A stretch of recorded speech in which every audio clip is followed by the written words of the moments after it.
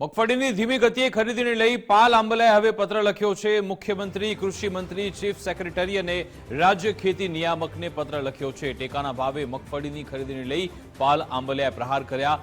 મગફળીની ગોકળ ગાય ગતિએ ખરીદી થાય છે તેવા આરોપ લગાવ્યા। આ ખરીદી આયોજન વગર થાય છે તેવું પણ તેમણે કહ્યું। 2 મહિનામાં મગફળીની 20% કામગીરી થઈ। 160 કેન્દ્રમાં મગફળીની ખરીદી ધીમી ગતિએ થઈ રહી છે। બાટિયા કેન્દ્રમાં 20 દિવસમાં 7 દિવસ ખરીદીનું કામ બંધ હતું। અધિકારીને 1% પણ આયોજન નથી આવડતું। ઇરાદાપૂર્વક યોગ્ય રીતે આયોજન કરતા જ નથી તેવું પણ પાલ આંબલિયાએ કહ્યું હતું। 160 કેન્દ્રો જે સરકારે નક્કી કર્યા હતા ત્યાં રોજ 100 ખેડૂતોની મગફળી જો ખરીદવામાં આવી હોત તો એ 20 થી 25 દિવસમાં આ ટાર્ગેટ પૂરો થયો હોત।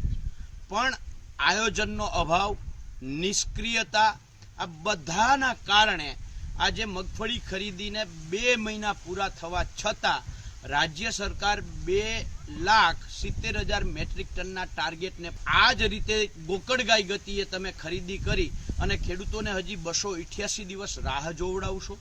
શું ખેડૂતો 288 દિવસ રાહ જોવાના છે?